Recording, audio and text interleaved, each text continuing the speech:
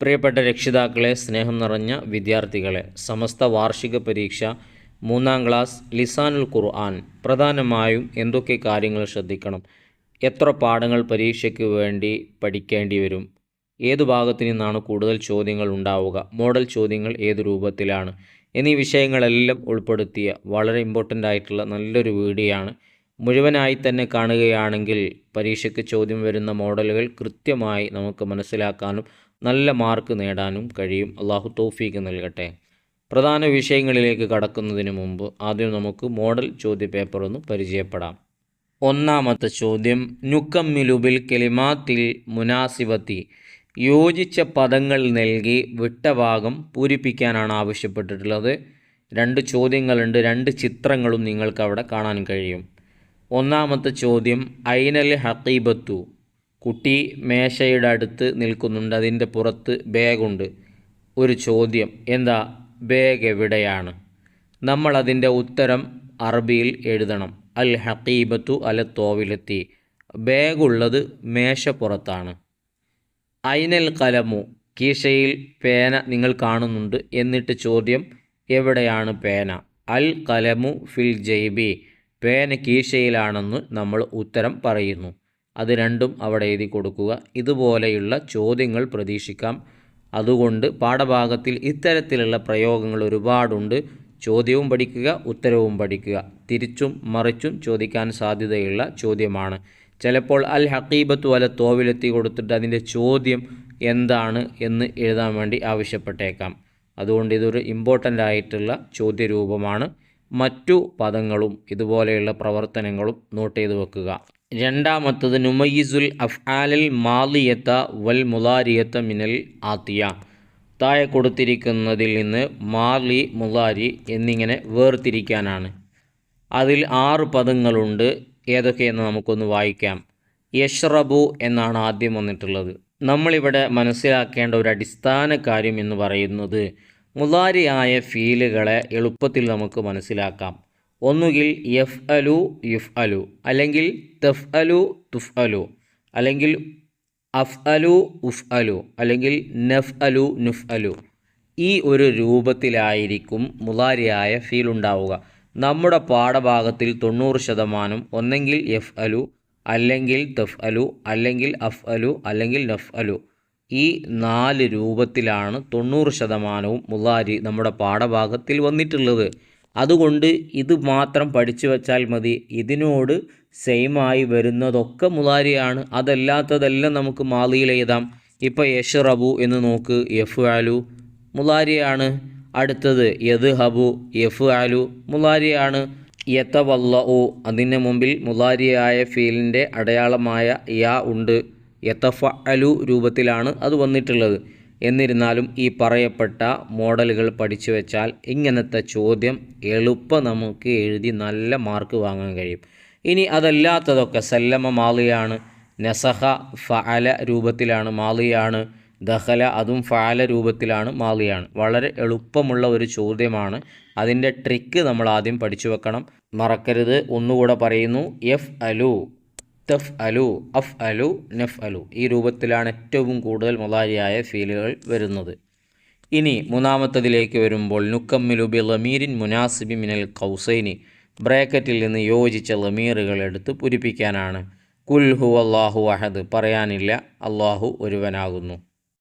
രണ്ടാമത്തത്, യാ ഇബ്നു, ഓ മകനെ. അപ്പം മകൻ എന്ന് പറയുമ്പോൾ ആണാണ്, ഒരാളാണ്. അതിന് പറ്റിയ ഒരാൾ, ഒരു വേർഡ് നമ്മൾ തിരഞ്ഞെടുക്കണം. ദാരിസുൻ, പഠിക്കുന്നു. അപ്പോൾ നീ പഠിക്കുന്നവനാണ് എന്നാണ് അതിൻ്റെ ആശയം വരിക. അതാദ്യം നമ്മൾ മനസ്സിലാക്കുക. അപ്പോൾ നീ എന്നുള്ള ഒരാണിനെ തിരഞ്ഞെടുക്കാൻ പറ്റിയത് അതേതാണ്? അത് അൻതയാണ്. അൻതല്ലാതെ വേറൊന്നും അതിലില്ല. ഇനി അടുത്തത് മൂന്നാമത്തേലേക്ക് വരുമ്പോൾ, ദാരിസുൻ, പഠിക്കുന്നു. ഇസ്മി, എൻ്റെ പേര് അനസുൻ, അനസാകുന്നു. അപ്പോൾ ഞാൻ പഠിക്കുന്നു, എൻ്റെ പേര് അനസാകുന്നു. അതാണ് അതിൻ്റെ മലയാള ആശയം വരിക. കാരണം അങ്ങനെ വരൂ. അതുകൊണ്ട് ഞാൻ എന്നുള്ളതിന് പറ്റിയ വേർഡ് ഏതാണ്? അനയാണ്. അന മാത്രമേ അവിടെ യോജിക്കൂ. ഇനി യാ ഇബ്നാനി, 2 മക്കളെ. അപ്പോൾ ഇബ്നാനി, മക്കളെ എന്നുള്ളത് ആൺകുട്ടികളാണ്, പെൺമക്കളല്ല, ആൺമക്കളെ.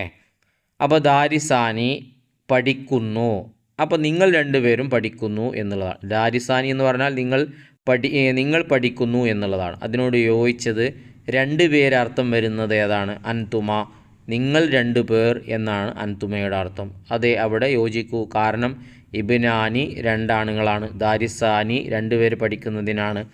അങ്ങനെ നോക്കിക്കൊണ്ട് ഏകവചനം, ബഹുവചനം, പിന്നെ ആണ്, പെണ്ണ്, ഇതൊക്കെ നോക്കിക്കൊണ്ടാണ് നമ്മൾ ബ്രാക്കറ്റിൽ നിന്ന് തിരഞ്ഞെടുക്കേണ്ടത്. വളരെ എളുപ്പമുള്ള കാര്യമാണ്, ഒന്ന് അപ്പുറവും ഇപ്പുറവും നോക്കണം എന്നുള്ളൂ. ഇനി അടുത്തത് നിങ്ങൾ നോക്കൂ, അഞ്ചാമത്തത് ദാരിസത്തുൻ ഡാഷ് ദാരിസത്തുൻ. ആ തുൻ വന്നതുകൊണ്ട് തന്നെ നമുക്ക് മനസ്സിലായി ഇത് പെണ്ണിൻ്റെ പദമാണ് തിരഞ്ഞെടുക്കാനുള്ളത്. ഇസ്മു ഹാ, കണ്ടില്ലേ, ഹാ വന്നു, അവളുടെ പേര് അഫീഫത്തുൻ, അഫീഫയാകുന്നു. അപ്പോൾ ദാരിസത്തുൻ പഠിക്കുന്നു. ആരാ പഠിക്കുന്നത്? അവളാണ് പഠിക്കുന്നത്. അതിനോട് യോജിച്ചത് ഏതാണ്? ഹിയ, അവൾ പഠിക്കുന്നു. ആറാമത്തത് യാ ബിന്തു, ഓ പെൺകുട്ടി. അപ്പോൾ പെൺകുട്ടിയാണ്, അപ്പോൾ പെണ്ണുങ്ങൾക്കുള്ളതാണ് നമ്മൾ തിരഞ്ഞെടുക്കേണ്ടത്. അൻതി ദാരിസത്തുൻ, അപ്പോൾ ദാരിസത്തുൻ എന്ന് പറഞ്ഞാൽ പഠിക്കുന്നു. ഇപ്പോൾ പഠിക്കുന്നു എന്നാകുമ്പോൾ നീ പഠിക്കുന്നു എന്നാണ് വരേണ്ടത്. അപ്പോൾ ഒരു പെൺകുട്ടിയോട് നീ എന്ന് പറയണമെങ്കിൽ ഏതാണ് നമ്മൾ ഉപയോഗിക്കാറ്? അൻതിയാണ്.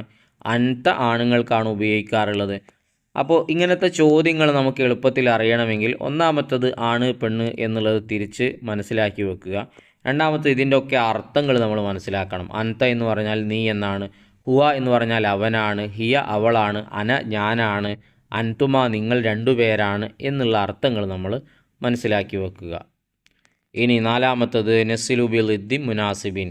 താഴെ മൂന്നെണ്ണം കൊടുത്തിട്ടുണ്ട്. അതിൻ്റെയൊക്കെ എതിരായിട്ടുള്ളതിനെ നമ്മൾ തിരഞ്ഞെടുക്കണം. ഇപ്പോൾ അമാമ് മുമ്പിൽ എന്നുള്ളതിൻ്റെ എതിര് വരുന്നത് പിമ്പിൽ എന്നുള്ളതാണ്. അതേതാണ്? വറാ അഥവാ പിറകിൽ, മുമ്പിൽ പിറകിൽ. രണ്ടാമത്തത് യമീനുൻ.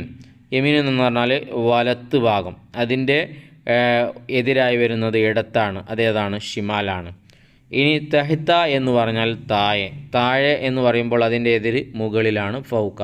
അവിടെ നമ്പർ ഇട്ട് കൊടുത്തിട്ടുണ്ട്. പരീക്ഷയ്ക്ക് ഇങ്ങനെ ഒരു ചോദ്യം ഉണ്ടാകും. നിങ്ങൾ നമ്പർ ഇടുകയല്ല, അതിനവിടെ വരച്ചു കൊടുക്കാനുള്ള ഒരു വട്ടം കൊടുത്തിട്ടുണ്ട്. ഈ വട്ടത്തിൽ നിന്ന് അപ്പുറത്തെ ചിത്രത്തിലുള്ള വട്ടത്തിലേക്ക് യോജിപ്പിക്കുകയാണ് ചെയ്യേണ്ടത്. അടുത്ത ചോദ്യത്തിലേക്ക് വരുമ്പോൾ നുക്കമ്മിലു ബിൽ മുഫ്രദി, ഏകവചനം എഴുതി പൂരിപ്പിക്കാനാണ്. തുല്ലാബുൻ എന്ന് പറഞ്ഞാൽ വിദ്യാർത്ഥികളാണ്, അതിൻ്റെ ഏകവചനം ത്വാലിബുൻ എന്നതാണ്. ഔറാക്കുൻ എന്ന് പറഞ്ഞാൽ പേപ്പേഴ്സ്, അതിൻ്റെ ഏകവചനം വറക്കുൻ എന്നതാണ്. ഇനി നെഹ്നു എന്ന് പറഞ്ഞാൽ ഞങ്ങൾ എന്നാണ്. അപ്പോൾ ഞാൻ എന്നാണ് അതിൻ്റെ ഏകവചനം, അതിന് പറയുന്നത് അന എന്നാണ്. ഇതുപോലെ പാഠഭാഗത്തിൻ്റെ അവസാന വർക്ക് പേജുകളിൽ മറ്റു ഏകവചനവും ബഹുവചനവും ഒക്കെ ഉണ്ട്. അതൊക്കെ മനസ്സിലാക്കി വെക്കണം എന്നതാണ് ഈ ഒരു ചോദ്യം കൊടുത്തതിലൂടെ നിങ്ങൾക്ക് നൽകുന്ന ഗുണപാഠം.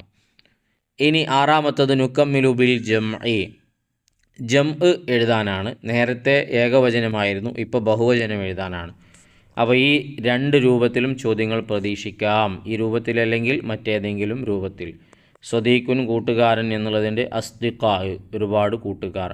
അൻതി നീ എന്നുള്ളത് പെണ്ണാണ്. അപ്പം പെണ്ണുങ്ങൾ ഒരുപാടുള്ളതിന് എന്താ പറയുക? അൻതുന്നയാണ്. അപ്പോൾ അൻത എന്നാണെങ്കിലോ അൻത നീ എന്നുള്ളത് ആണല്ലേ, അപ്പോൾ അതിൻ്റെ ഒരുപാട് ആണുങ്ങൾ അൻതും എന്നതാണ്. അത് എങ്ങനെ നമുക്ക് കിട്ടും?